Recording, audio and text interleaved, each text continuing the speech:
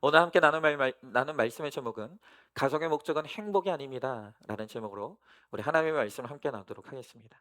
전에도 한번 나눴던 말씀인데요, 더 보완해서 오늘 골로새서를 우리가 강의하면서 한 번 더 이 말씀을 나눌 거니까 여러분 오늘 말씀을 좀 잘 들으셨으면 좋겠습니다. 많은 부부들이 이 서로 다름으로 인해서 얼마나 많은 갈등과 고통을 겪는지 모릅니다. 여러분, 원래 타락하기 전에 하나님께서 아담과 하와를 창조하셨을 때 이 아담과 하와를, 남자 여자를 완전히 다르게 창조하셨어요. 그런데 하나님이 창조하신 다름은 축복이었습니다. 서로의 다름이 부족함을 채우고 그것으로 완전함을 이루는 서로의 다름은 축복이었단 말이죠. 그런데 우리 가운데 죄가 들어오고 우리가 이기적인 인간이 되어지면서 이제 다름은 정죄의 대상이 되고 비난의 대상이 되고 또 판단의 대상이 되는 것이죠. 그러니까 이 다름으로 인해서, 다름을 이해하지 못함으로 인해서 우리 가정들 안에서 이 부부들이 얼마나 갈등을 겪는지 모릅니다. 여러분, 그래서 어떤 분들은요, 이런 말씀하시는 분들이 있어요. 야, 내가 내 남편과 결혼한 지 20년, 3년, 30년이 됐는데 저는 아직도 내 남편이 어떤 사람인지 모르겠어요. 어떤 분은 도대체 지금 내 남편이 속으로 무슨 생각을 하며 사는지 도무지 모르겠습니다. 이런 말씀을 하시는 분들이 있더라고요. 여러분, 왜 우리가 부부로 연을 맺고 이제 그렇게 10년, 20년, 30년을 살아가는데 살면 살수록 더 이해가 깊어지고 관계가 깊어져야 될 것 같은데 왜 우리의 부부 관계는 이렇게 살수록 힘들죠? 왜 이렇게 살수록 어려운 것입니까? 여러분, 이 문제에 있어서 제가 아주 흥미로운 기사 하나를 읽었어요. 중앙일보에 난 이 컬럼 하나를 읽게 되었는데요. 이 컬럼에서 뭐라고 말하냐면 남자와 여자가 이렇게 차이가 많이 나는 이유는, 이렇게 다른 이유는 뭐냐면 근본적으로 뇌 구조의 차이가 있기 때문이라는 거예요. 뇌 구조가 남자와 여자가 완전히 다르다는 것입니다. 여러분, 남자와 여자의 뇌는요, 태아의 초기에는 거의 차이가 없답니다. 그런데 이제 임신하고 8주께부터 이제 현격하게 남자의 뇌 구조와 여자의 뇌 구조가 달라진다는 거예요. 여러분, 특별히 이 여성의 뇌는요, 언어와 감정 중추가 남성에 비해서 훨씬 더 발달돼 있답니다. 그래서 타인의 감정을 잘 감지하고 표현하는 능력이 탁월하다는 것이죠. 그리고요, 여성들이 남성에 비해서 기억력이 훨씬 더 뛰어나답니다. 여러분, 그러다 보니까 우리 아내들과 남편들이 말싸움을 하면요, 말만 놓고 싸움하면 남자들은 여자 절대 못 이깁니다. 여러분, 왜 그렇습니까? 여자들은요, 말싸움하다가 갑자기 30년 전 일을 가지고 와요. 20년 일을 가지고 와요. 절대 잊지 않아요. 그런데 남자들은요, 이미 다 잊었거든요. 그러니까 여자들이 항상 그러는 거예요. "당신이 그때 나한테 그렇게 했잖아. 당신이 그때 그런 말 해 가지고 나한테 내가 얼마나 상처받았는지 몰라." 근데 남자들은 뭐라고 합니까? "내가 그때 그랬어?" 근데 여러분, 이게 발뺌하는 게 아니에요. 남자들은 기억력이 떨어져요. 지나간 일을 너무 잘 잊어버린단 말이에요. 그런데 여성들은 지나간 일을 너무 잘 기억해. 기억력이 너무 좋은 거예요. 여러분, 이런 뇌구조의 차이는요, 사춘기에 접어들면서 더 극명해지는데 이 사춘기 남자아이에게서 나타나는 전형적인 언어 현상이 뭐냐 하면 과묵이라고 합니다. 저희 집이 그래요. 저희가 남자만 셋이 있거든요. 저는 소파에 앉아서 침묵하고 있고 저희 첫째 아들은 자기 집 침대에서 침묵하고 있고 저희 집 둘째 아들은 또 자기 방에 틀어박혀서 침묵하고 있어요. 저희 집사람 혼자 하고 떠. 그러니까 남자는요, 이제 성인이 되어지면 될수록 나타나는 언어 현상이 뭐냐 하면 과묵해진다는 거. 그리고 말수가 줄고 스포츠 게임이나 승부욕에 불타는 그런 행위들에 빠져든다는 거예요. 여러분, 그래서 이제 각 가정들마다 이 풍경이 있죠. 어떤 풍경입니까? 집안에 텔레비전이 있고 소파가 있어요. 그러면 그 집의 가장들은 소파에 푹 눌러앉아서 런닝구 입고 그냥 야구 게임 보거나 아니면 그냥 뉴스 보고 있는 거예요. 아무 말도 안 해요. 여러분, 그런데 이게 이상한 일이 아니라 원래 남자의 뇌 구조가 그렇고 원래 남자의 언어 특징이 그렇다는 거예요. 남자는 과묵해요. 그래서 애초에 남자는 여성에 비해서 이 대인 관계 기술이 떨어져요. 자기의 감정을 표현하는 것이 서툴러요. 여러분, 그러면서 제가 이 기사에서 너무 충격을 받았던 게 뭐냐면 남자의 뇌에 대한 결론이 뭐냐. 남자의 뇌는 자폐증을 가진 사람의 뇌 쪽에 가깝다는 거예요. 여러분, 제가 자폐증을 가진 사람들을 비하하는 게 아니라 이 자폐 증상을 가지고 있는 분들의 특징이 뭡니까? 이 교류가 안 돼요. 이게 관계가 안 되는 거예요. 자기 사기에 빠져 있는 거예요. 이게 공감과 교감과 이게 안 되고 그냥 자기 사기에 빠져 있는데 남자의 뇌가 그렇다는 거예요. 그런데 여러분, 반면에 그럼 여성들의 뇌는 어떠냐? 여성들은 사춘기에 접어들수록 훨씬 더 정서적이 돼요. 관계지향적이 됩니다. 그래서 이렇게 친구와 밤낮 없이 어울려 놀고 수다 떠는 거예요. 그리고 우리 여성들은 사춘기가 지나고 이제 성인이 되면서 이 이성에 대한 관심을 원한다는 것이죠. 여러분, 그러니 이렇게 정서적이고 밤낮 없이 수다 떨어도 맨날 수다에 목마르고 이렇게 표현하는 것을 좋아하고 관심 받고 싶어하는 우리 여성들이 과묵하고 무관심한 남편들을 볼 때 어떤 느낌이 들겠습니까? 분노하는 거예요. 분노하게 되는 거예요. 그런데 여러분, 이게 잘못된 게 아니라 원래 하나님께서 남자와 여자를 창조할 때 그런 모습으로 창조를 하셨다는 거예요. 그런데 이 다름이 서로의 부족함을 보완하고 이 하나됨을 말미암아 온전함을 이루어야 되는데 이게 내 입장에서 상대방을 바라보니까 항상 판단하게 되고 정죄하게 되고 비난하게 되는 것이죠. 날마다 다툼이 일어나는 거예요. 여러분, 그래서 부부 사이에 이 남편이 아내에게 제일 조심해야 될 것이 뭡니까? 그게 무관심과 회피라는 거예요. 자, 우리 아내들은 남편들과 뭔가 문제가 생기면 원하는 게 뭐예요? 대화하고 싶어요. 그래서 우리 아내들이 요구하는 게 뭐예요? "여보, 우리 좀 이야기 좀 해. 대화 좀 해." 그럼 이제 남편들은 어떻게 합니까? 도망가죠. 그럼 여자들은 미치는 거예요. 아니, 나는 좀 대화로 풀고 싶은데 말해서 풀고 싶은데 왜 도대체 저 남편은 날마다 방구석에 틀어박히고 안 되면 떠나냐 이거죠. 근데 여러분, 아까도 말씀드렸잖아요. 남자랑 여자가 싸우면 말로 못 이겨요. 아니, 벼랑간 막 30년 전 일이 막 튀어나오고 막 20년 전 일이 튀어나오고 그러니까 막 비난이 쏟아지고 이러니까 남자들은 말로 못 이기니까 도망가는 거예요. 그런데 우리 여성들은 그렇게 남자들이 대화를 원하는 우리 아내들에게 회피하고 도망가고 무관심하면 거기서 불행해지는 거예요. 근데 이에 반해서 목표지향적이고 독립성이 강한 이 남자들에게 우리 아내들이 제일 조심해야 될 게 뭐냐면 비난인 거예요. 비난. 당신은 왜 그 모양이냐? 당신은 도대체 어떻게 생각했길래 그러냐? 도대체 생각이 있으면 말을 좀 해봐. 막 이런 비난들 있지 않습니까? 끊임없는 비난과 정죄가 아내들의 이 비난과 정죄 언어가 남자들의 자존감을 무너뜨린다는 거예요. 여러분, 그러니까 이 컬럼에서 말하는 핵심이 뭐냐면 남자와 여자는 전혀 다른 존재로 창조되었다는 거예요. 둘 다 사람의 옷을 입고 있지만 그 속 사람을 보면 완전히 전혀 다른 존재로 지음을 받은 게 남자와 여자라는 거예요.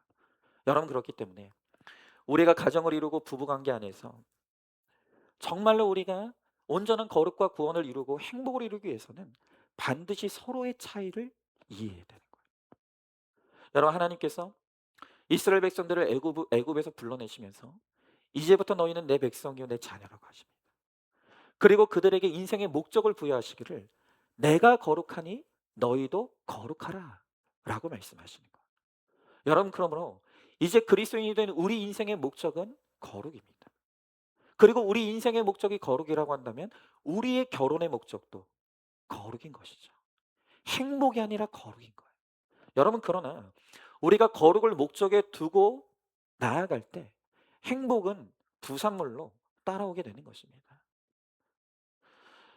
여러분, 정말 이 교회 안에서 가장 중요한 사역은 바로 가정 사역이에요. 건강한 가정을 향해서 나아가는 설교가 건강한 교회를 만듭니다. 여러분, 그렇죠? 이 교회의 최소 단위의 구조가 바로 가정이에요. 그런데 이 가정이 불행해지고 가정이 깨어져. 그러면 그 위에 단계의 이 공동체인 교회 공동체는 무너질 수밖에 없는 것이죠. 여러분 그렇기 때문에 교회의 가장 중요한 사역은 무엇이냐면 가정을 살리는 사역이에요. 교회는 반드시 가정을 살리는 이 사역에 집중해야 되는 것입니다. 여러분 그래서 오늘 이 가정의 목적이 거룩이라고 했는데 이 거룩한 가정이 된다는 것. 그래서 진정한 행복을 누리는 가정이 된다는 것은 무엇인가? 그것은 남녀의 차이. 그중에서도 이 남녀의 이 독특한 언어가 무엇인지 우리가 그것을 반드시 깨달아야 된다는 것입니다. 오늘 우리가 그것을 함께 나누면서 우리 아내들은 남편에게 어떤 언어를 써야 되고 그럼 우리 아내들은 남편들에게 또 남편들은 아내들에게 어떤 언어를 써야 되는지 우리가 그것을 통해서 이제 정말 가정 안에서 우리가 거룩을 이루고 우리 가정을 그리스도께로 인도하는 이 사명을 잘 감당할 수 있기를 소망하는 것입니다. 자, 그럼 먼저 첫 번째로 우리 가정이 거룩한 가정이 되고 진정한 행복을 누리기 위해서는 우리 아내들이 남편을 향해 복종의 언어를 써야 된다는 것입니다. 아내들이 남편에게 복종의 언어. 자, 오늘 18절의 말씀해 보니까 아내들아 남편에게 복종하라. 이는 주 안에서 마땅하니라 그랬습니다. 여러분 오늘 성경이 아내들에게 뭐라고 말하냐면 남편에게 복종하라. 여러분 여기서 이 복종이라는 단어는요. 군대 용어입니다. 그러니까 상관이 부하에게 명령을 하면 부하는 상관의 명령에 무조건 복종해야 합니다. 아니오가 없습니다. 바로 그러한 상관의 명령에 부하가 복종하듯이 아내는 남편에게 복종해야 된다는 거예요. 여러분 에베소서 5장 22절의 말씀에 보면 또한 성경은 뭐라고 하냐면 아내들아 남편을 주 안에서 경외하라라고 합니다. 그런데 이 경외라는 단어의 헬라어 포베어의 뜻이 무엇이냐면 신하가 왕을 대하는 태도예요. 자, 그러니까 하나님께서 우리 아내들에게 무엇을 명령하십니까? 남편을 대하기를 마치 왕을 대하는 것처럼 왕처럼 존경하라라고 권고하시는 것입니다. 여러분 그러니까 하나님께서 아내들에게 주신 언어는 뭐냐? 하나님께서 아내들에게 남편에게 써야 되는 언어로 주신 게 뭐냐면 그게 바로 복종의 언어라는 거예요. 다시 말하면 아내들이 복종의 언어를 남편에게 구사하지 못하면 절대로 남편들은 아내의 사랑을 느끼지 못하는 거예요. 자, 여러분. 이 정도 되면 이제 우리 아내들 마음속에 이제 분노가 끌어올라요.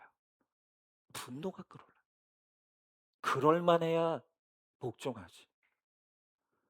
나는 뭐 복종하기 싫어서 복종 안 하나? 내 남편이 복종할 만해야 복종하는 거 아닙니까? 이 분노가 끌어오르는 분들이 있다는 거. 여러분 그러나 어느 하나님께서 아내들을 향해서 남편들에게 복종의 언어를 쓰라고 할 때 이건 여자를 무시하는 게 아니에요. 다시 말씀드립니다. 이 복종의 언어가 구사되어지지 않으면 남편들에게 아내의 사랑이 전달되지 않는다는 거예요. 여러분 만약에 아내들이 이 복종의 언어를 쓰지 않고 끊임없이 무시의 언어, 정죄의 언어, 판단의 언어 그런 언어들을 쓰면서 다 당신을 위해서 그러는 거야. 다 당신 잘 되라고 그러는 거야. 아무리 사랑한다고 이야기해도 여러분 그 모든 행동은요. 다 쓰레기통에 버려지는 거예요. 여러분 J.E. 아담스라고 하는 미국의 유명한 심리학자가 있습니다. 어느 부부가 이 아담스에게 상담을 받으러 왔어요. 그런데 이미 들어올 때부터 이 부부가 완전히 뭐 관계가 파탄이 나 있어.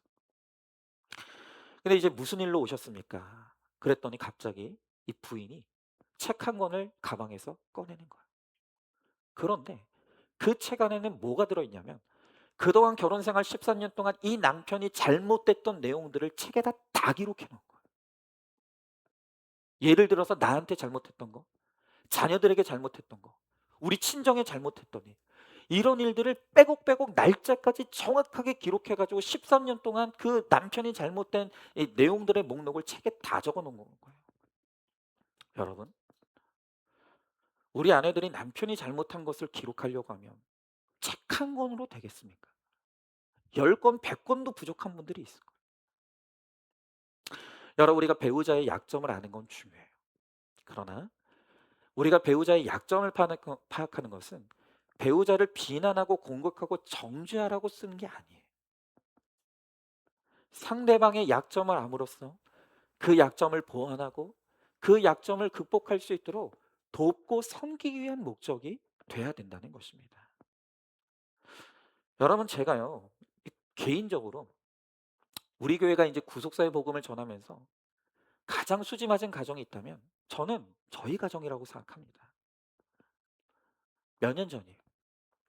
저희 아내가 어느 날 갑자기 저한테 "여보, 내가 당신한테 고백할 것이 있어 라고 이야기. 그러면서 하는 말이 뭐냐면 기가 막힌 말을 하는 거예요. 내가 사실은 내 아이들이 대학교에 갈 때까지 기다리고 있다가 내가 사실은 당신하고 결혼하려고 했어.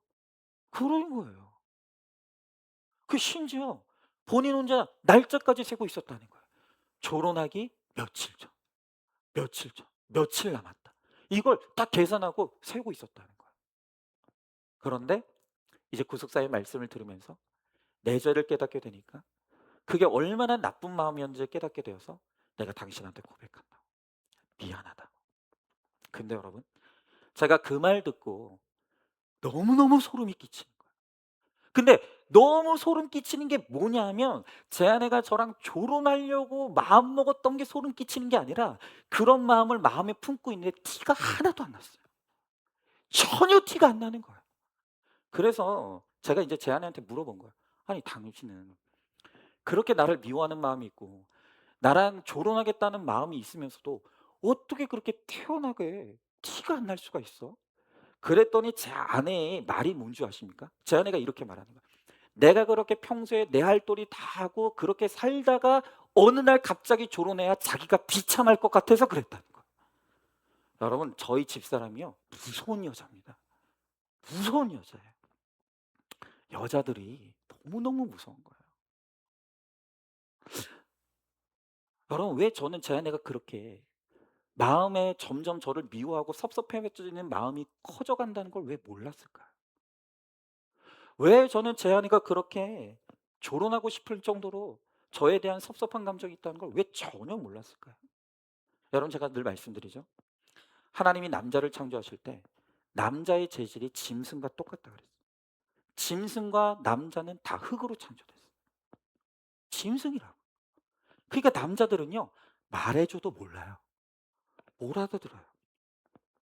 여러분, 그런 판에 짐승에 불과한 제가 말 안 해주면 뭘 알겠습니까? 그래서 제가 그때 충격을 받고 제 아내한테 부탁한 거예요. "여보, 나는 당신이 말하고 가르쳐 줘도 잘 몰라. 내가 알면 좋겠지만 내가 그런 게 모자라. 그러니 당신이 나를 좀 도와줘. 내가 말해도 가르쳐 줘도 모르니까 나한테 이제부터 좀 알려주고 내가 잘못하고 있는 것이 있으면 알려주고 한 번 말했는데 모르면 포기하지 말고 한 번 더 가르쳐 줘. 한 번 더 말했는데 그래도 모르면 한 번만 더 가르쳐 줘. 나를 좀 가르쳐 달라고."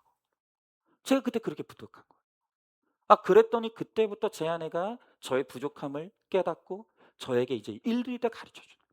본인의 감정 상태, 자 자 본인의 이제 그 컨디션 상태, 이런 것들을 다 저한테 알려주는 거예요. 그래서 여러분, 예전보다 저희가 정말 부딪히는 숫자가 확연히 줄어들었어요. 안 싸운다는 게 아니에요. 갈등이 없다는 게 아니에요. 그런데 그 갈등의 폭발력이 현저하게 줄어들었고 갈등하는 횟수가 현저하게 줄어드는 거예요. 그러니까 여러분, 무엇입니까? 남자와 여자가 다르다는 걸 이해해야 되는 거예요. 이걸 이해하지 못하면 그 다름이 정죄가 되고 비난이 돼 버리는 거예요. 여러분, 중요한 것은 무엇이냐면 우리 아내들이 정말 이 말씀이 너무너무 힘들게 느껴지는 뭐냐면 우리 아내들의 입장에서 남편들을 봤을 때 너무 모질인 거예요. 너무 모자른 거예요. 기억력도 떨어져. 맨날 화만 낼 줄 알고 뭐 맨날 힘만 세고 아무것도 되는 게 없는 것 같아요. 그래서 우리 아내들이 날마다 하는 말이 뭡니까? "나는 아들 하나 더 키운다." 진짜 물가에 내놓은 A처럼 너무너무 불안하고 아내들이 보기에 남편들은 너무 모자란 게 많은 거예요. 그런데, 오늘 하나님께서 뭐라고 하십니까? 맞아요. 우리 아내들이 봤을 때 남편들이 배려가 없어요. 생각이 없는 것 같아. 너무 모자란 것 같아. 사고만 치는 것 같아. 그런데 그렇게 모자라 보이는 우리 남자들, 우리 남편들이지만 그럼에도 불구하고 가정에서 우리 아내들이 복종의 언어를 쓰며 남편들을 세워주고 격려해주고 마치 왕을 대접하듯이 그렇게 섬길 때, 그때 비로소 우리 남편들이 채워져 가기 시작한다. 그 모자람이 채워져 가기 시작하고 정말 바보 같은 온달 같은 인생에서 그렇게 왕 같은 사람으로 변화되어 가기 시작한다는 거예요. 여러분, 오늘 이야기를 잘 들으셔야 됩니다. 이게 누구의 잘못이 아니에요. 하나님이 남자와 여자를 그렇게 창조하셨다는 거예요. 너무 다르게 창조하셨다는 거예요. 여러분, 오늘 성경은요, 복종하는 것이 마땅하다 그랬어요. 마땅하다. 그러니까 이 말씀은 어기면 안 된다는 거예요. 이 어기면 안 되는데 그럼에도 불구하고 우리 아내들이 남편을 향해서 복종의 언어가 아닌 비난의 언어, 정죄의 언어, 판단의 언어를 쓰면, 그러면 가정이 무너지는 거예요. 가정의 비극이 일어나는 거예요. 여러분, 특별히 오늘 우리 아내들이 이 복종의 언어를 잘 써야 되는 이유는 뭐냐? 아내들이 믿음으로 이 복종의 언어를 잘 쓸 때 비로소 우리 남편들을 그리스도께로 인도할 수 있기 때문에, 아내의 복종의 언어를 통해서 남편들이 내가 믿는 예수께로 남편들을 인도할 수 있다는 거예요. 여러분, 그래서 엘리자베스 엘리엇은 뭐라고 말하냐면, 아내가 남편에게 할 수 있는 최선의 일은 남편들이 하나님을 쉽게 믿을 수 있도록 돕는 것이다 이랬어요. 그렇죠. 이게 현숙한 여인이고, 우리가 가정에서 왜 우리 아내들이 남편 밥 해줘야 됩니까? 제가 늘 말씀드리잖아요. 하여튼 남자들은 하여튼 밥이야. 밥이에요. 여러분, 아까 말씀드렸죠? 저희 집에 남자만 셋이에요. 우리 남자 셋이 날마다 저희 집사람한테 하는 말이 뭐, 제가 집에 들어오면 첫 마디가 그거예요. 여보, 밥 뭐야? 그런데 우리 큰아들이 학교 갔다 집에 오잖아요. 첫 마디가 뭐예요? 엄마, 밥이 뭐야? 근데 우리 둘째 아들이 집에 왔다가 이제 이제 학교 갔다 집에 오잖아요. 우리 둘째 아들의 첫 마디가 뭐예요? 엄마, 밥이 뭐야? 그러니까 우리 집사람은 미치는 거예요. 아니, 도대체 이 남자들은 밥 먹기 위해서 태어났나? 맞아요. 맞다고요. 밥이 전부예요. 맛있는 밥 먹고 배부르면 남자들은 행복해요. 그러니까 우리 아내들은 그런 생각하는 거죠. 내가 밥 해주려고 결혼했나? 아니, 내가 이 남자 밥하려고 결혼한 거야? 근데 여러분, 그게 쓸모없는 일이 아닌 거예요. 우리가 볼 땐 그게 매우 쓸모없고 가치 없는 일인 것 같지만, 그렇게 우리가 남편을 마치 왕을 대접하는 심정으로 따뜻한 밥 한 끼를 제공하며 그렇게 남편의 입을 즐겁게 할 때, 나의 따뜻한 밥 한 끼가 내 남편을 주님께로 인도하는 거예요. 내 남편의 영혼을 지옥에서 천국으로 끌어올리는 역사가 일어나게 된다는 거예요. 여러분, 그래서 오늘 뒤에 말씀이 23절을 보면 성경이 뭐라고 하냐면, 무슨 일을 하든지 마음을 다하여 주께 하듯 하고 사람에게 하듯 하지 말라고 하시는 거예요. 여러분, 성경이 뭐라고 말합니까? 내 눈앞에 보이는 그 남편을 보면 딱 하기 싫어요. 밥 주기도 싫고 잘해주기도 싫고 복종의 언어요? 그런 거 싫어요. 그러나 오늘 주님께서 뭐라고 하시냐면, 그 남편을 보지 말고 그 남편 뒤에 계시는 하나님을 보라는 거예요. 그것이 하나님의 뜻이라는 거예요. 하나님이 우리가 정말 그럼에도 불구하고 내 남편이 너무나 모자라 보임에도 불구하고 내가 주님께 하듯이, 그것이 주님의 뜻이기 때문에 주님을 위하여서 내가 복종의 언어를 쓸 때 내 복종의 언어를 통해서 주님이 기뻐하시고, 그리고 내 남편이 주님께로 인도되어 질 수 있다는 거예요. 여러분, 그러므로 죄악된 이 세상에서 좋은 남편뿐만이 아니에요. 힘든 남편, 돈을 벌지 못하는 남편, 성격이 이상한 남편, 알코올 중독자 남편이라 할지라도 여러분, 그 남편에게 복종하는 게 아니에요. 죽게 하듯이. 그리고 이 남편의 영혼을 주님께로 인도하기 위해서 우리가 복종의 언어를 쓸 때 내가 구사하는 이 복종의 언어를 통해서 구원의 문이 활짝 열릴 수가 있는 것이죠. 여러분, 그렇기 때문에 오늘 성경은 우리 아내들이 주 안에서 복종하는 것이 마땅하다라고 그렇게 말씀하시는 것입니다. 여러분, 제발 여러분들에게 부탁드립니다. 이걸 차별이라고 생각하지 마십시오. 이건 차별이 아니에요. 여성들을 무시하기 때문에 하는 말도 아니에요. 이것은 사명이고 이것은 주님께서 기뻐하시는 뜻이라는 거예요. 여러분 한 번만 더 우리 아내들에게 부탁합니다. 남자는 우리 아내들이 남편을 무시하는 언어를 쓸 때, 정죄하는 언어를 쓰고 판단하는 언어를 쓸 때 그때 자존감이 무너져 내리는 거예요. 남자는 바보가 되어 버려요.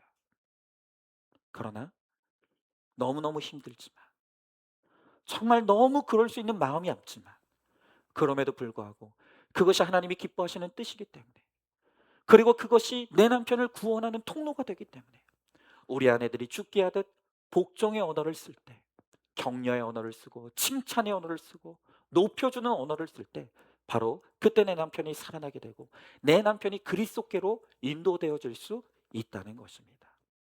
여러분 한번 질문해 봅니다. 여러분은 남편의 머리됨을 인정하고 있습니까? 남편에게 어떤 언어를 쓰고 있습니까? 복종의 언어를 잘 쓰고 있습니까? 만약 오늘 또 한 가지, 오늘 목장에서 여러분들 나눌 때 내 남편이 무시가 된다면 뭐가 무시가 되는지, 내 남편에게 불만이 있다면 뭐가 제일 불만인지 우리 그것을 목장에서 솔직하게 나눴으면 좋겠어. 그런데 그게 내 남편이 잘못된 게 아니라 사실은 나와 다르게 창조되었기 때문에 다름으로 일어나는 오해일 수 있다는 것을 여러분들이 꼭 좀 아셨으면 좋겠어요. 자, 그러면 이제 우리 여성들 잘 참으셨어요. 뛰쳐나가지 않고 잘 참으셨어요. 이제 그럼 우리 남편들은 아내를 향해서 어떤 언어를 써야 되는가? 그것이 바로 사랑의 언어라. 자, 아내들은 남편에게 복종의 언어를 쓰라 그랬습니다. 그런데 이제 하나님께서 남편들에게 아내를 향해서 사랑의 언어를 쓰라고 하는 거예요. 여러분, 복종보다 어려운 것이 사랑입니다. 자, 오늘 19절의 말씀에 보니까 아내들아 남편들아 아내를 사랑하며 괴롭게 하지 말라 그랬습니다. 여러분, 오늘 여기서 말하는 이 사랑은 육체적인 사랑인 에로스의 사랑이 아니라 예수님께서 교회를 위해 십자가에 달려 죽기까지 복종하신 자기 목숨을 바치신 아가페의 사랑을 의미하는 것입니다.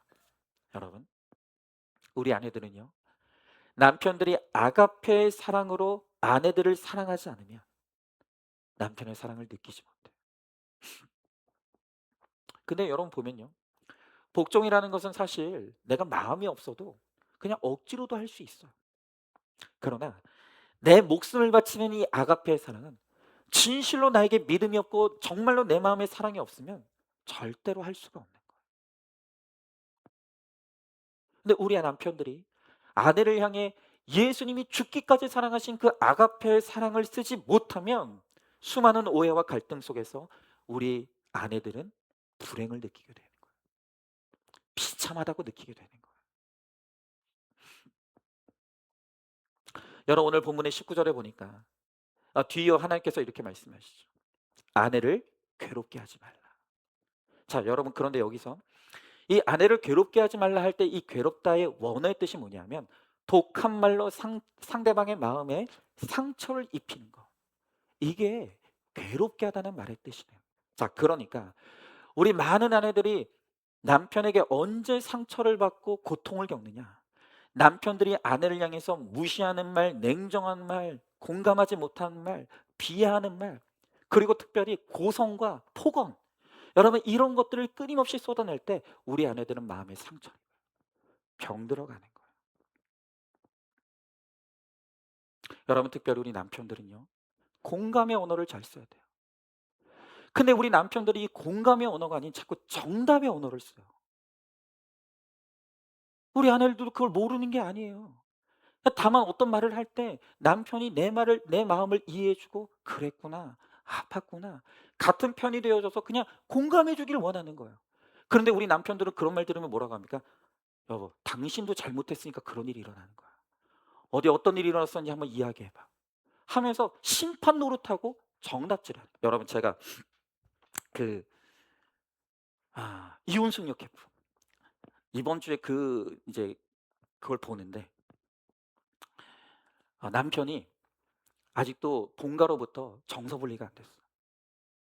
그래서 엄청난 갈등이 일어나는데 이제 이 거짓말 탐지기 이런 걸 해요, 거기 보면. 근데 아내가 남편에게 뭐라고 물었냐면, 만약에 아내와 누나가 아내와 누나가 같이 물에 빠졌는데 당신은 누굴 구할 것입니까? 아내가 남편에게 거짓말 탐지기 질문으로 그걸 물었어요. 여러분, 엄마도 아니에요. 아빠도 아니에요. 남편에게 뭐라고 물었다고요? 니네 누나랑 아내랑 둘이 물에 빠졌는데 둘 중에 누굴 구할 것입니까? 그랬더니 뭐라고 대답했는 줄 아십니까? 아무 말도 안 했어. 아무 말도 안 했어. 여러분, 제가 그걸 보면서 속이 터지는 거예요. 속이 터지는 거예요. 그래서 나중에 그 남편에게 물어봤죠. 아니, 아내랑 누나랑 물에 빠졌는데 누굴 구할 거냐고 물어봤는데 왜 아무 말도 안 했습니까? 그랬더니 하는 말이 뭐냐면, 머리로는 아내를 구해야 된다는 거 아는데 이 방송을 누나가 보면 섭섭해할까 봐 그래서 안 했다는 거예요. 이 바보. 여러분, 정말 우리 남자들이요, 너무 바보 같아요. 누나랑 삽니까? 아내랑 살지?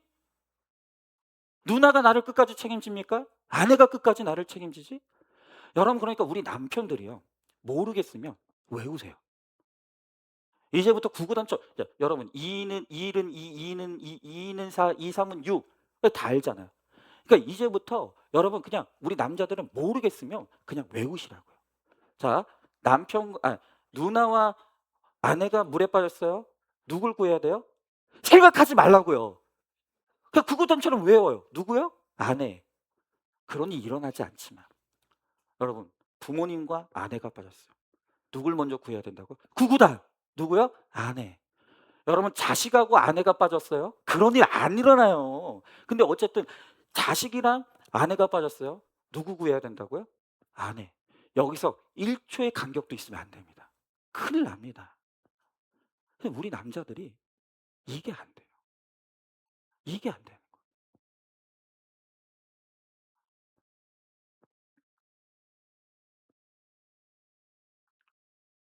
우리 아내들은 큰 걸 바라는 게 아니에요. 그냥 남편들로부터 오는 그 따뜻한 말 한마디. 내 편이 되어주고, 내 입장에서 공감해주고, 누구 자잘못은 나도 알아요. 그걸 내가 몰라서 내 남편한테 이야기하는 게 아니란 말이에요. 다만 내 마음을 알아주고 나와 한편이 되어서 내 감정을 이해해 주는 거. 그냥 그걸 바라는 거예요. 그런데 우리 남편들이 그 사랑의 언어가 구사가 안 되니까 우리 아내들이 너무나 불행해지는 거예요. 여러분, 그래서 스탠퍼드 대학의 이 짐 바르도 교수가 뭐라고 했냐면, 고독만큼 무서운 살인자는 없다. 그런데 여기서 중요한 게 뭐냐? 고독이라는 것은요, 내 옆에 사람이 없어서만 고독을 느끼는 게 아니라는 거예요. 오히려 내 옆에 사람이 있어도 그 사람과 소통하지 못하고 그 사람과 공감을 나누지 못하면 그것 때문에 느끼는 외로움이 훨씬 더 무서운 외로움이라는 거예요. 여러분, 그래서 허준의 동의보감에 보면 이런 말이 있죠. 통즉 불통, 불통 즉통. 이 말의 뜻이 뭐냐? 소통이 되면 고통이 없는데 소통이 안 되면 고통이 온다는 거예요. 여러분, 그만큼 우리가 정말로 부부관계 안에서 서로 소통이 되는 게 너무너무 중요한데, 그런데 중요한 건 뭐냐면 우리는 내가 듣고 싶은 말을 하려고 하는 거예요. 여러분, 내가 듣고 싶은 말을 하면 안 되는 거예요. 아내들은 남편이 듣고 싶은 말을 해야 되는 것이고, 우리 남편들은 아내가 듣고 싶은 말을 해줘야 그때 비로소 소통이 이루어지는데, 그런데 남편들이 듣고 싶은 언어는 뭐라고요? 복종의 언어요. 그럼 아내들이 듣고 싶은 언어는 뭐라고요? 사랑의 언어요. 여러분, 이것을 기억해야 돼요. 성경에 정답이 있는 거예요. 성경에 우리 가정이 회복되고 우리 가정이 행복해질 수 있는 비결이 있는 거예요. 남편은 주 안에서 복종의 언어를 듣지 못하며 외로움에 빠져요. 마찬가지로 우리 아내들은 주 안에서 사랑의 언어를 듣지 못하면 불행에 빠지는 거예요. 이것을 깨달아야 되는 것입니다. 지금 우리 가정의 문제는 이 언어로 소통이 안 되기 때문에 일어나는 일이라는 거예요. 자, 한번 질문해 봅니다. 남편들은 사랑의 언어를 쓰고 있나요? 지금 서로 간에 내가 왜 무엇으로 외로운지 한번 나눠보시기 바랍니다. 그리고 우리 남편의 언어 습관 가운데 지금 어떤 것이 문제가 있는지 우리 목장에서도 나누고 가정에서도 우리 남편과 함께 좀 이 문제 가지고 솔직한 대화와 소통을 좀 나눠 주셨으면 좋겠습니다. 그러니까 "당신은 왜 그렇게 말해?" 이게 아니라 "나는 이런 말을 듣고 싶어." 여러분, "당신은 왜 이렇게 말해?" 이건 공격형의 언어예요. 그게 아니라 "나는 당신한테 이런 말을 듣고 싶어." 내 이야기를 하란 말이에요. 자, 그러면 마지막 세 번째로, 복종과 사랑의 언어는 구체적으로 표현이 돼야 합니다. 자, 남편이 아내의 복종의 언어로 사랑을 느끼려면 남편의 위신을 세워줘야 된다 그랬어. 우리 아내들이 보기에 부족하고 참 모자라 보이고 많은 것들이 흠이 많고 불만이 많지만, 그럼에도 불구하고 우리 아내들은 죽게 하듯이 우리 남편들을 세워주고 격려해주고 인정해주고 칭찬해주는 언어를 써야 된다는 거예요. 여러분, 그래서 남편들이 듣고 싶어하는 언어는 사랑이 아니에요. 사랑한다는 말이 아니에요. 제가 지금 계속 말씀드려요. 내가 듣고 싶은 말을 하면 되는 게 아니에요. 상대방이 무슨 말을 듣고 싶어 하는지를 알아야 되는 거예요. 남편은 우리 남편들은 사랑한다는 말보다 어떤 말을 듣고 싶어 하면 "당신 최고야. 당신 정말 수고가 많아. 당신 덕분에 그래도 우리 가정이 있는 거야. 정말 우리를 위해서 수고해 줘서 고마워." 이렇게 세워주고 격려해주고 인정해주는 언어를 써야 되는 것이죠. 그리고 그것이 육체적으로도 구체적으로 드러나야 합니다. 자, 여러분들이 좀 유치하다고 생각할 수도 있지만 이런 것도 여러분들은 알아두어야 된다고 생각해요. 자, 우리가 알다시피 천주교에서는 고해성사라는 걸 하지 않습니까? 이제 천주교 신자들은 무슨 죄가 있으면 죄 고백을 할 것 같으면 이 어떤 이 방에 들어가 가지고 사제들에게, 천주교 사제들에게 몰래 이제 죄 고백을 하죠. 그래서 천주교에서 이 고해성사를 분석해 봤더니 주로 남자들이 고백하는 3대 죄악이 있고 여자들이 고백하는 3대 죄악이 있다는 것을 알게 됐다는 거예요. 자, 그러면 남자들이 주로 고백하는 3대 죄악이 뭐냐 했더니 남자들의 3대 죄악은 정욕과 탐식과 나태였다. 자, 한번 보세요. 정욕, 그러니까 성욕, 탐식, 나태. 이건 다 육체적인 거예요. 육체적인. 이 남자들은 육체적인 것이 채워지는 게 굉장히 중요한 거예요. 여러분, 남자들에게는 이런 특성이 있기 때문에 우리 남편들은 우리 아내들이 이런 아내였으면 좋겠다 생각하는 것들이 있대요. 그래서 연구한 조사를 보니까 우리 남편들은 우리 아내들에게 어떤 걸 바라는가? 잘 들어보세요. 첫 번째, 성적인 만족을 주는 아내. 두 번째, 편안한 휴식을 가져다 주는 아내. 세 번째, 동일한 취미 활동을 할 수 있는 아내. 네 번째, 아름다운 몸매를 위해 애쓰는 아내. 자기들은 똥배 다 튀어나와 있으면서 아내들만 아름다운 몸매. 하여튼 그래요. 남자들이 그래요. 다섯 번째, 남편에 대한 존경심을 가지고 있는 아내. 여러분, 또 지금 여기서 분노가 올라오시는 분들이 있어요. 근데 제가 말씀드렸죠. 그냥 남자들이 이런 존재라는 거예요. 남자들은 이런 육체적인 필요를 원한다는 거예요. 남자가 그렇게 지음을 받았다는 것을 인정하는 거예요. 정죄하는 게 아니에요. 남자가 그렇다는 것을 인정하고 받아들이고 그것을 우리가 사랑의 언어로 이제 복종의 언어로 구사할 때 남자들은 거기서 사랑을 느낀다는 거예요. 자, 그러면 우리 여자들의 3대 죄악이 뭐냐? 여자들의 3대 죄악을 봤더니 교만과 시기와 질투였다는 거예요. 여러분, 한번 잘 보세요. 여자들이 주로 고백하는 죄악은 뭐냐? 교만과 시기와 질투. 이건 다 내면적인 거예요. 눈으로 보이지도 않고 드러나지도 않아요.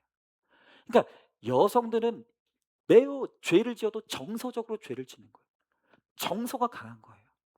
그래서 우리 아내들은 남편들로부터 정서적으로 채워지기를 원해요. 그렇기 때문에 우리 아내들은 어떤 남편을 원하는가? 조사해 봤더니 우리 아내들이 원하는 우리 남편의 모습. 첫 번째, 부드럽게 보살펴 주는 남편. 두 번째, 대화 상대가 되는 남편. 세 번째는 신뢰감을 주는 남편. 네 번째는 경제적인 안정을 가져다 주는 남편. 다섯 번째는 가정에 헌신하는 남편. 이 모습 속에서 우리 아내들은 사랑을 느끼게 된다는 거예요. 자, 남편은 우리 아내들이 복종의 언어를 구사해서 인정해주고 세워주는 것에서 사랑을 느낍니다. 그리고 반대로 우리 아내들은 무엇이든지 내 편이 되어 주고 감싸 주고 보살펴 주며 귀를 기울여 주는 것에서 사랑을 느낀다는 거예요. 여러분, 그러나 이제 우리가 여기까지 왔을 때 지금 우리 남자 성도님들과 여자 성도님들이 느끼는 게 뭐죠? 아마 이렇게 느낄 거예요. 어렵다. 어렵다. 힘들다. 그러니까 속으로 그런 말 하는 거죠. 복종에 할 만해야 복종하지.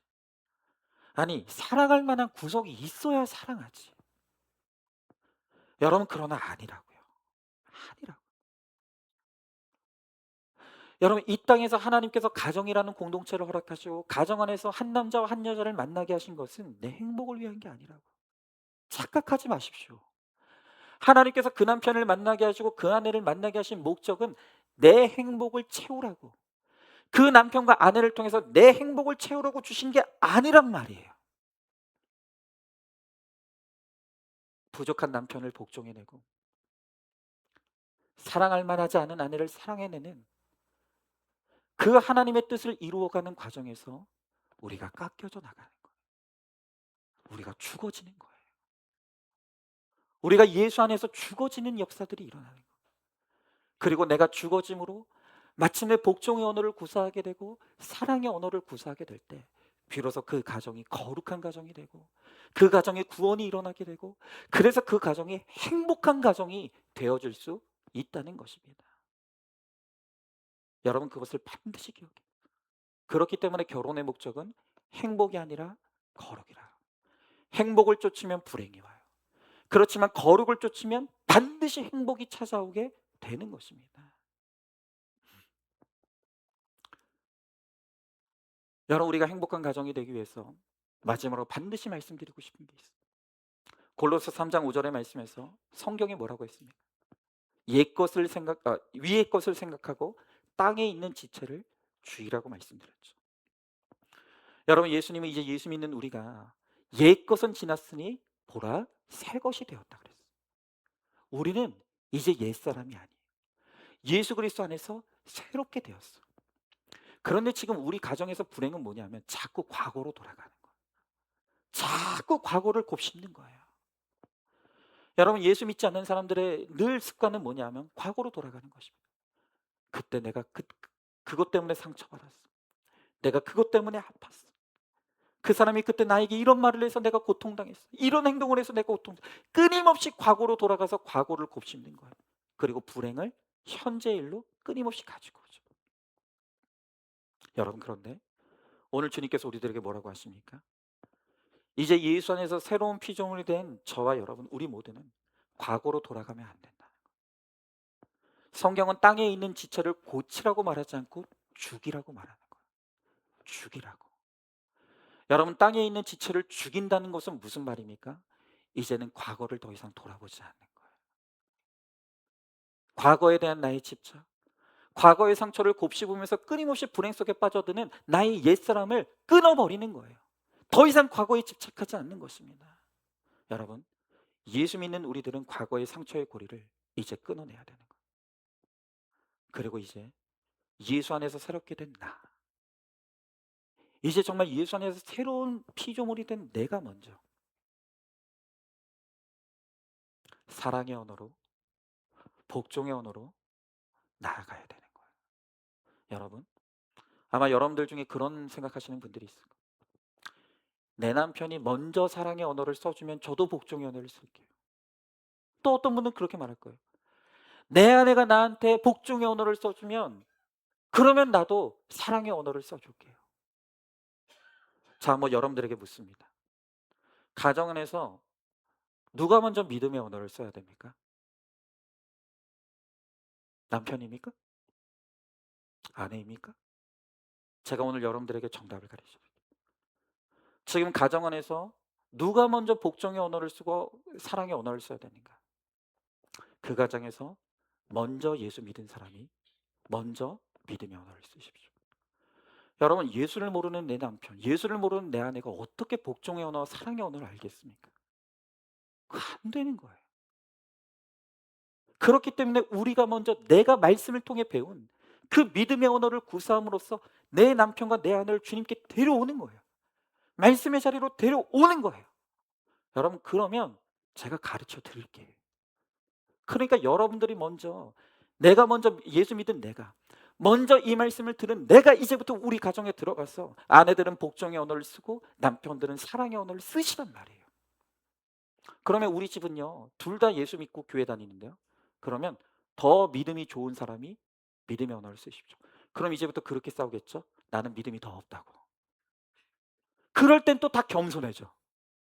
여러분, 그러지 마시고 내가 조금이라도 말씀이 들린다면, 조금이라도 내가 말씀에 순종할 힘이 있다면, 하나님께서 조금이라도 더 좋은 믿음을 나에게 허락하셨다면 그 사람이 먼저 사랑의 언어 쓰기를 작정하시고 복종의 언어를 쓰기로 결단하시는 거예요.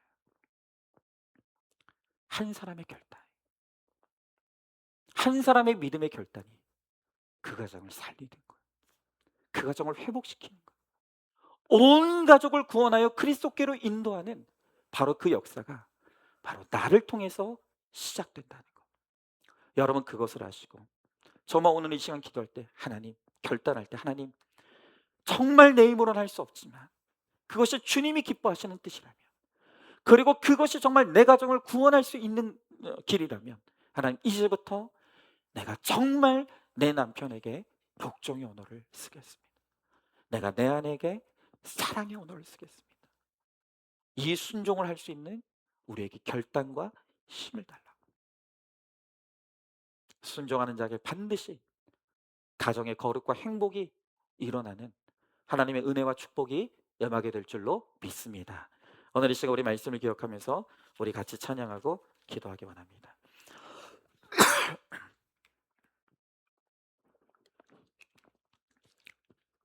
여러분, 그렇습니다.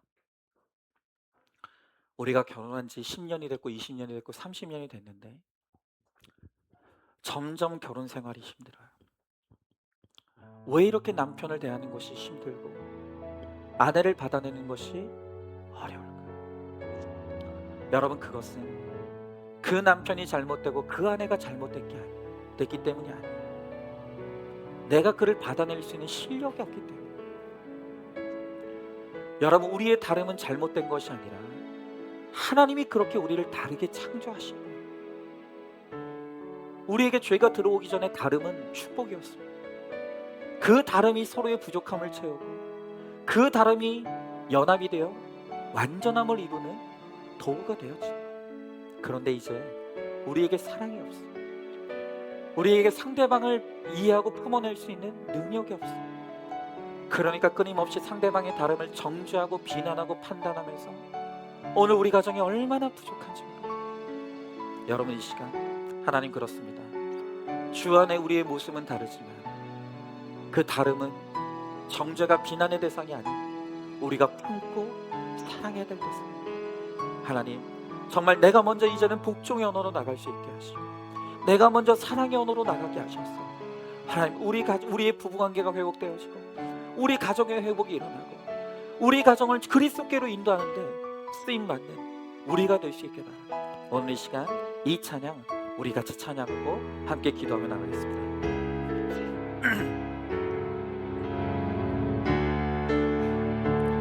우리 같이 한번 찬양합니다. 주 안에 우린 하나입니다. 주 안에 우린 하나, 모습은 달라도 예수님 한 분만 바라네. 사랑과 선행으로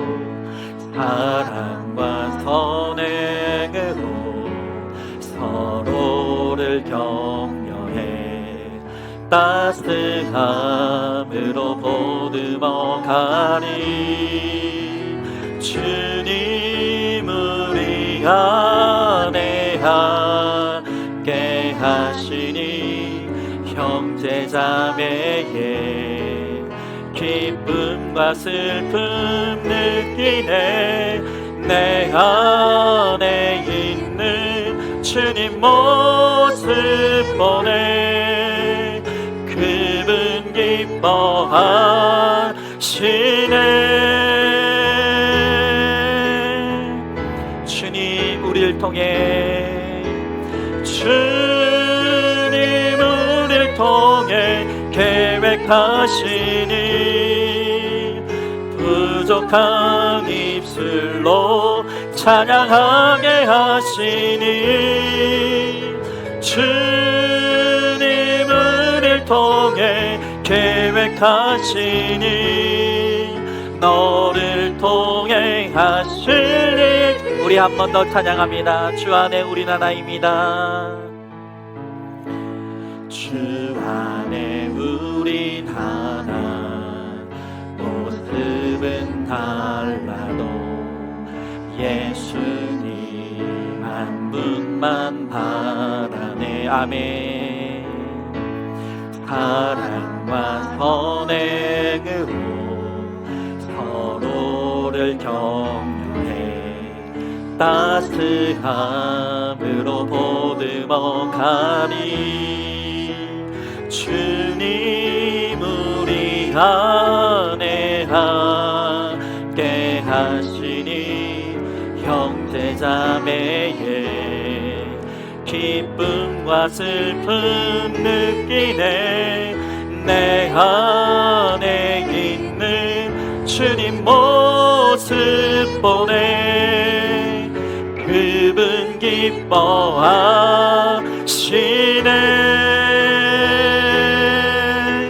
주님 우리를 통해 계획하신 것이 있습니다.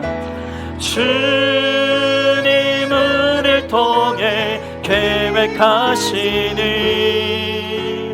부족한 입술로 찬양하게 하시니 주님 우리를 통해 계획하시니 너를 통해 하실 일 기대. 주님 우리를 통해, 주님 우리를 통해 계획하시니 부족한 입술로 찬양하게 하시니 주님 우리를 통해 계획하시니 너를 통해 하실 일 기대해. 아멘. 여러분, 하나님께서 우리 남자와 여자를 다르게 창조하셨습니다. 그것은 원래 축복이었습니다. 그것은 하나님의 은혜였습니다. 그러나 우리가 우리의 죄로 말미암아 이기적으로 변하고 우리가 나만 생각할 때 더 이상 다름은 축복이 아니고 비난의 대상이고 정죄의 대상이 됐습니다. 판단의 대상이 되어버렸습니다. 그래서 오늘 우리의 부부관계가 파탄이 나요. 서로 반목하고 갈등하며 눈물을 흘릴 수밖에 없습니다. 오늘 주님께서 우리들에게 이 무너진 부부관계를 회복하라는 사명을 주십니다. 이 부부관계를 회복하는 길은 이 말씀을 들은 내가, 예수 안에서 새로운 피조물이 된 내가 이제는 과거를 끊어내고 이제는 정말 믿음으로 사랑의 언어를 구사하고 믿음으로 복종의 언어를 구사하게 될 때 비로소 무너진 우리의 가정의 관계, 부부관계가 회복될 수 있다고 주님 말씀하십니다. 내가 쓰는 믿음의 언어를 통해서 우리 가정이 주님께로 인도되어질 수 있다고 주님 말씀하십니다. 여러분, 오늘 이 시간 하나님, 우리에게는 그럴 수 있는 사랑도 없고 믿음도 없고 힘도 없습니다. 그러나 주님 정말로 나에게 이 말씀을 주시고 이 사명을 주셨사오니 하나님, 내가 정말 주님의 뜻대로 사랑의 언어를 쓰고 복종의 언어를 구사할 수 있도록 우리에게 힘을 달라고, 마음을 달라고, 그래서 정말 우리 가정을 회복할 수 있도록 주님 우리를 붙잡아 사용해 달라고 오늘 이 시간 우리 말씀을 기억하면서 함께 기도하며 나가보겠습니다. 기도하겠습니다. 사랑과 은혜가 충만하신 하나님 아버지, 주님의 귀한 사랑과 은혜를 감사드립니다.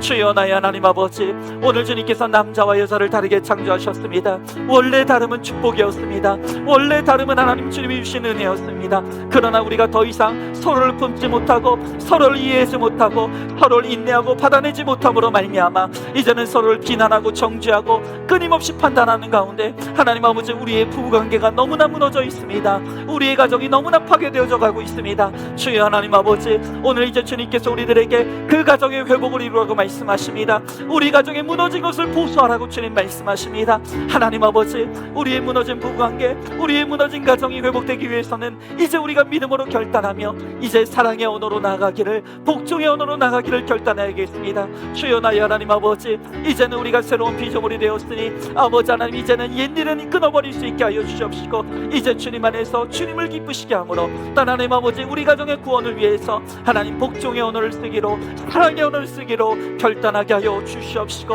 하나님, 그렇게 함으로 말미암아 정말 하나님 아버지, 우리 가정을, 내 남편을, 내 아내를, 우리 자녀들을 그리스도께로 인도할 수 있도록 주여 하나님 아버지 함께하여 주시옵소서. 하나님 아버지, 마음이 상한 자들을 위로하여 주시옵시고 주님께서 고쳐주심으로 말미암아 아버지 순종할 수 있게 하여 주시옵시고 하나님 아버지, 나의 순종으로 말미암아 정말 우리 가정이 온전히 주님 안에서 아버지 거룩과 행복을 이루어갈 수 있도록 주여 나의 하나님 아버지 함께하여 주시옵소서. 주님 믿습니다. 감사합니다. 주여 도와주시옵소서.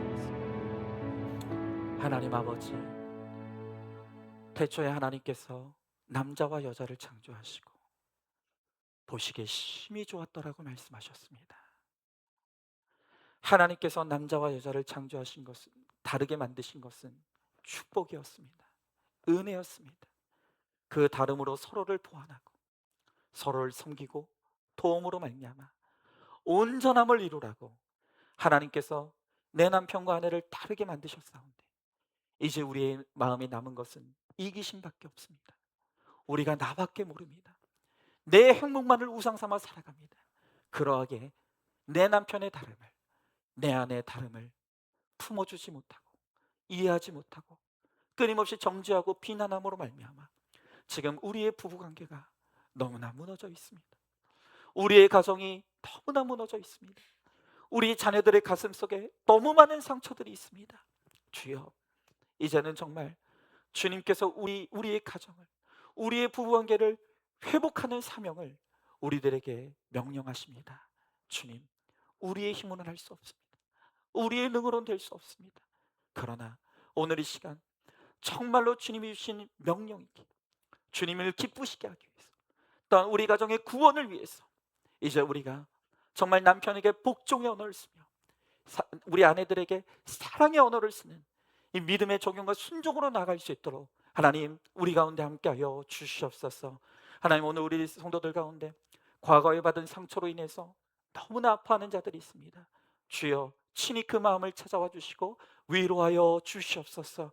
그리하여서 내가 새로운 피조물이 되었음을 깨달아 정말 이제는 옛사람을 벗어버리고 정말 옛사람, 옛 지체가 죽어지게 하시고 이젠 새로운 피조물이 되어서 정말로 가정의 회복을 위해서, 이 가정의 구원을 위해서 복종의 언어와 사랑의 언어로 사명 감당할 수 있는 우리 안산중앙교회 모든 성도들이 되게 하여 주시옵소서. 반드시 그렇게 하여 주실 줄 믿사오며 사랑이 많으신 우리 예수님 이름 받들어 기도드리옵나이다. 아멘. 이제는 우리 주 예수 그리스도의 은혜와 하나님의 사랑과 성령의 교통하심이, 이제는 우리가 주 안에 하나님을 믿고 부부관계의 회복과 가정의 구원을 위해서 내가 먼저 복종의 언어를 구사하며 내가 먼저 사랑의 언어를 구사함으로 나를 통해 내 가정을 그리스도께로 인도하기를 소망하는 사랑하는 모든 성도들 머리 위 이제로부터 영원토록 함께 계실지어다. 아멘.